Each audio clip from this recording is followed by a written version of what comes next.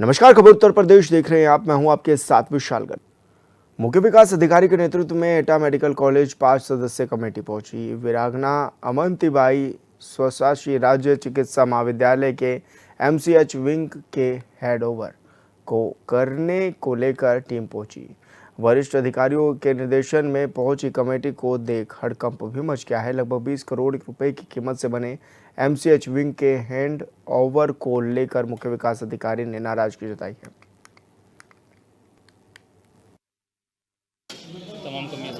क्योंकि सर लंबे समय से ये हैंडओवर नहीं हुआ अभी तक। ये कार्यदायी संस्था HSCC इंडिया लिमिटेड जो नोएडा की थी, उसने बहुत लापरवाही बरती है और स्वास्थ्य जैसी महत्वपूर्ण सेवा की इस बिल्डिंग में उसके ऊपर जो है कार्रवाई तय है और इतनी ढेर सारी कमियां हैं कि उसको ब्लैक लिस्टेड किया जाना जरूरी है। इंडिया में सर्कुलेट किया जाएगा, FIR होगी और इसके सभी से अच्छा जितनी हमारे जो विभाग हैं, चाहे हमारा विद्युत विभाग हो, चाहे जल निगम विभाग हो, चाहे अन्य, उनसे जो है आख्याएँ ले करके उसके ऊपर हम रिकवरी तय करेंगे, FIR तय करेंगे और ब्लैक लिस्टेड करेंगे। खबर गोंडा से है, जहां जिले के एक दिवसीय दौरे पर पहुंचे कैबिनेट मंत्री डॉक्टर संजय निषाद का निषाद पार्टी के कार्यकर्ताओं और पदाधिकारियों ने जोरदार स्वागत किया है। इस दौरान मंत्री ने निषाद समाज जन जागरण अभियान के तहत अपने समाज के लोगों को जागरूक किया है। वहीं मंत्री ने सपा नेता आजम खान से अखिलेश यादव की ओर की गई मुलाकात को लेकर कहा है कि भारतीय संस्कृति कहती है कि लोगों के सुख के समय नहीं, उनके दुख के साथ खड़ा होना चाहिए। आजम खान जब जेल में बंद थे तो उनका दुख उस समय नहीं देखा गया।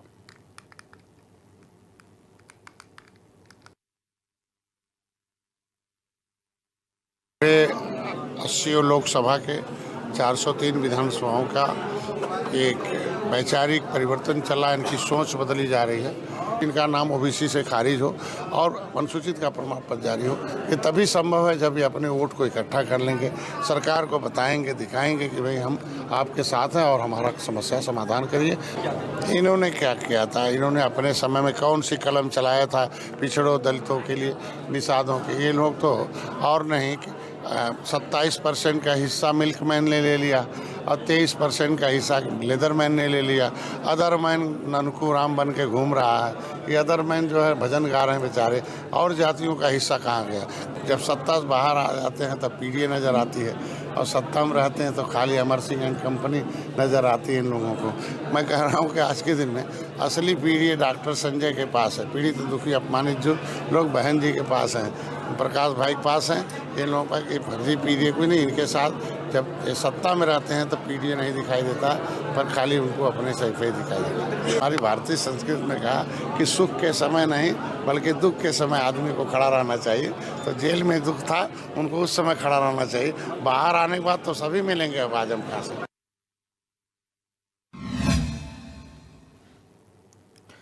झांसी में यूनिवर्सिटी में छात्रों के दो गुट के बीच हंगामा खड़ा हो गया है। अखिल भारतीय विद्यार्थी परिषद के छात्रों ने आरोप लगाया कि शांतिपूर्ण तरीके से अपनी शिकायत का ज्ञापन देने पहुंचे थे, लेकिन इस दौरान छात्र सभा और NCI के करीब 100 से 150 छात्रों ने उनके साथ अभद्रता की। इसके साथ ही उनके साथ में मौजूद युवतियों के साथ भी अभद्रता की गई।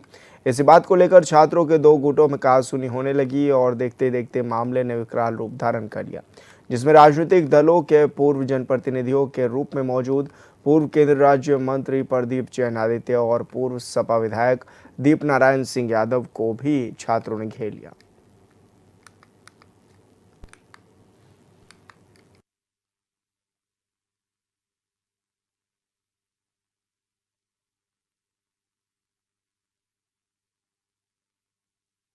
आज जब हम देख रहे हैं विश्वविद्यालय में कार्यक्रम हो रहा है, हमने कार्यक्रम का सम्मान किया और उधर हम लोग अपना ज्ञापन देने आ रहे थे कि कुलपति जी को। तो कुलपति को जब ज्ञापन देने आए तो हम लोग शांतिपूर्वक इधर विश्वविद्यालय के मेन गेट पे 15 से 20 कार्यकर्ता हम लोग बैठे थे।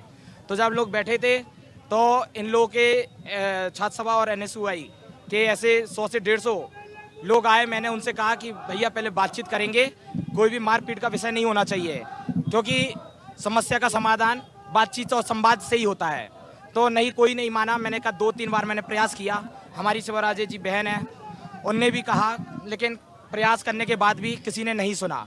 उसके बाद जब कार्यकर्ताओं ने शांतिपूर्वक अपना विषय बताया, कोई सुनने को तैयार नहीं था, और तो सभी ने 150 लड़कों ने तुरंत गेट तोड़ने स्टार्ट कर दिया। कार्यकर्ताओं को, हमारे परिषद कार्यकर्ता शांतिपूर्वक वो बैठे थे, उनको मारना चालू कर दिया। किसी की शर्ट फटी है, किसी का कुर्ता फटा है, और हमारे 2 से 3 लोग एडमिट भी हो गए हैं। तो हम लोग ये चाहते हैं कि इन सभी पर FIR दर्ज हो और वीडियो मंगवाई जाए। पहले तो चयनित तो वीडियो में कौन कौन ऐसा। आज बुंदेलखंड विश्वविद्यालय में अंदर परिसर में एक कार्यक्रम आयोजित हो रहा था। उसी दौरान 2 पक्षों में किसी बात को लेकर अचानक वाद विवाद हो गया और उसी में दोनों पक्ष एक दूसरे के आमने सामने आ गए और प्रकरण में दोनों पक्षों से बात कर ली गई है। मौके पर अभी शांति है और जो भी पक्ष ये तहरीर दे रहे हैं, तहरीर के क्रम में आगे की विधिक कार्रवाई की जा रही है।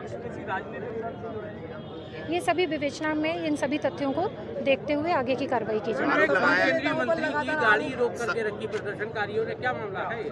नहीं, वो जब ये लोग निकल रहे थे तो एक गाड़ी उसमें रह गई थी और कुछ बच्चे उसी के सामने बैठ गए थे, तो वो गाड़ी इसीलिए रुकी हुई थी और फिलहाल वो सभी बच्चे वहाँ से हट गए हैं और गाड़ी भी सकुशल निकल गई। किसी कार्यक्रम में सम्मिलित होने आए थे? अंदर यूनिवर्सिटी में कोई कार्यक्रम आयोजित हो रहा था, उसी में ये लोग सम्मिलित होने के लिए आए। उन्होंने पूर्व विधायक पर आरोप लगाया है। ये सभी तथ्यों को विवेचना में देखा जाएगा और जो भी तथ्य प्रकाश में आएंगे उसी के अनुसार आगे की कार्रवाई की जा रही है। कितने बच्चों घायलों की जानकारी? नहीं, घायल ऐसे नहीं है, लेकिन जैसे आपस में इन लोगों में मारपीट हाथापाई हुई तो उसी में 4 लोग बता रहे हैं कि जिनको हल्की फुल्की कोई चोट है, वो हाथापाई के दौरान है। ऐसी किसी को कोई गंभीर या विशेष चोट।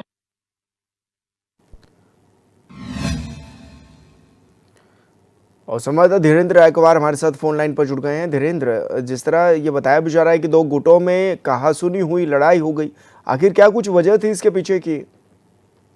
बिल्कुल, कल का जो पूरा मसला यूनिवर्सिटी का निकल कर सामने आया है, तस्वीर साफ है कि वहां पर समाजवादी पार्टी के पूर्व अध्यक्ष जो है मुलायम सिंह यादव की पुण्यतिथि मनाई जा रही थी। इसी दौरान कुछ जो छात्र है, अखिल भारतीय ABVP के जो छात्र हैं वो पहुंच जाते हैं। उनका कहना होता है कि आखिर जो क्लास थी उसको रोक कर ये सब यहाँ पर कार्यक्रम, राजनीतिक एक कार्यक्रम हो रहा है, इसी का उन्होंने विरोध जताने का जो प्रयास किया था।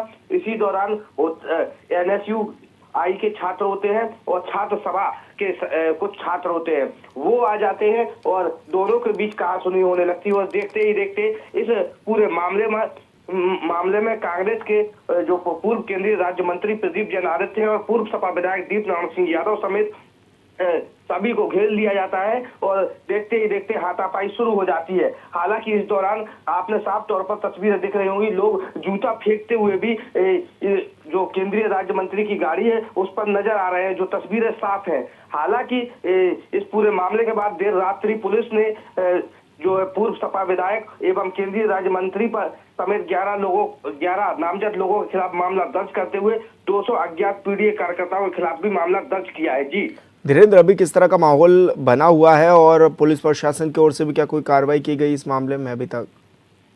बिल्कुल, जिस प्रकार जो ABVP के छात्र हैं उनकी दी गई शिकायत के आधार पर जो PDA के कार्यकर्ता है 200 अज्ञात, 11 नामजद एवं पूर्व सपा विधायक एवं राज्य मंत्री के खिलाफ मामला दर्ज होने के बाद अब छात्र सभा के जो कार्यकर्ता है उन्होंने भी एक शिकायती पत्र नवाबाद पुलिस को सौंप दिया है। लेकिन इस पूरे मामले के बाद झांसी पुलिस महकमा लगातार दबसे भी दे रहा है जो मामला दर्ज हुआ है जिसके बाद, और पुलिस पूरे मामले पर नजर बनाए हुए। पुलिस का साफ तौर पर कहना है मामले की जांच चल रही है और पूरी शांति व्यवस्था कायम है। जी बिल्कुल धीरेन्द्र, बहुत शुक्रिया आपका तमाम जानकारी साझा करने के लिए। बुलंदशहर में खाद्य सुरक्षा विभाग ने बिना लाइसेंस के चल रहे कचरी फैक्ट्री पकड़ी है। दरअसल नेपाल, असम, इंदौर और ओडिशा समेत विभिन्न राज्यों से पते लिखे पाउचों में कचरी पैक की जा रही थी। मौके पर पहुंचे अधिकारियों ने कचरी मसाला, टूटा चावल और टूटी मक्का समेत 5 नमूने भी एकत्रित किए हैं।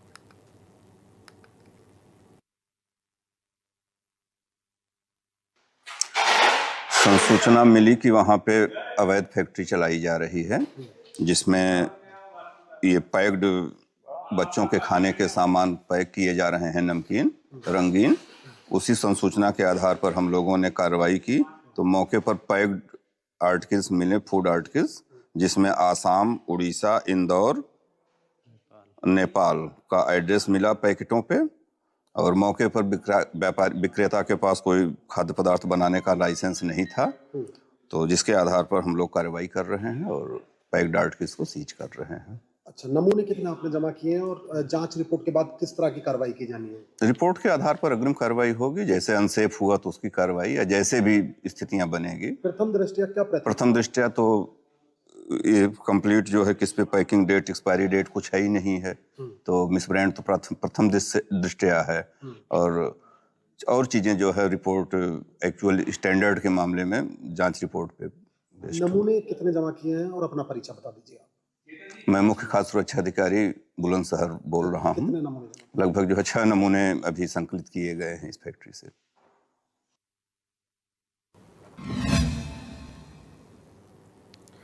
और यहाँ रुकें छोटे से ब्रेक के लिए, जल्द होंगे हाजिर।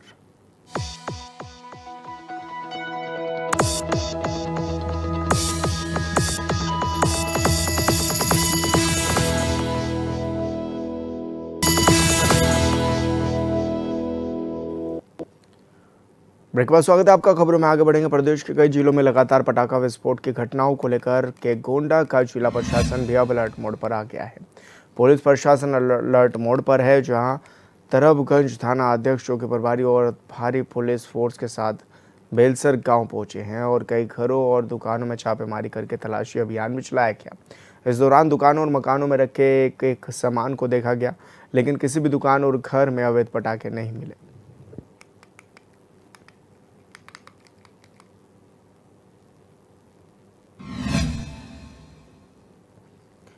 ललितपुर जिले के विकास में योगदान देने वाली एक और मुख्य सड़क के लिए शासन ने फंड जारी कर दिया है।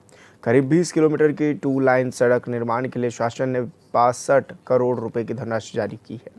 करीब 20 दिन के बाद चौड़ीकरण और सुदृढ़ीकरण सड़क निर्माण का कार्य शुरू किया जा सका है। सदर विधायक ने अपने चुनावी क्षेत्र की सड़क के निर्माण कराने में विशेष भूमिका भी निभाई है। जनहित ऐसी सड़क जो वर्षों से खराब, जियो जारी कर दिया है। इसके लिए मैं हृदय से अपनी सरकार और आज माननीय मुख्यमंत्री जी ने ललितपुर से जखौरा मार्ग को स्वीकृति प्रदान करते हुए फंड रिलीज किया है। सड़क को चौड़ीकरण सुदृढ़ीकरण के लिए लगभग 60 करोड़ रुपए की सड़क है। मैं आदरणीय मुख्यमंत्री जी को हृदय से साधुवाद ज्ञापित करता हूं, धन्यवाद देता हूं कि उन्होंने अपने विधायक की बात को मानकर जनहित ऐसी सड़क जो वर्षों से खराब पड़ी थी उसको पूर्ण करने के लिए आज जियो जारी कर दिया है। इसके लिए मैं हृदय से अपनी सरकार और योगी आदित्यनाथ जी का बहुत बहुत आभारी हूँ। और फिलहाल इस बुलेटिन में मेरे साथ इतना ही। आप देखते रहिए CNN 24/7। नमस्कार।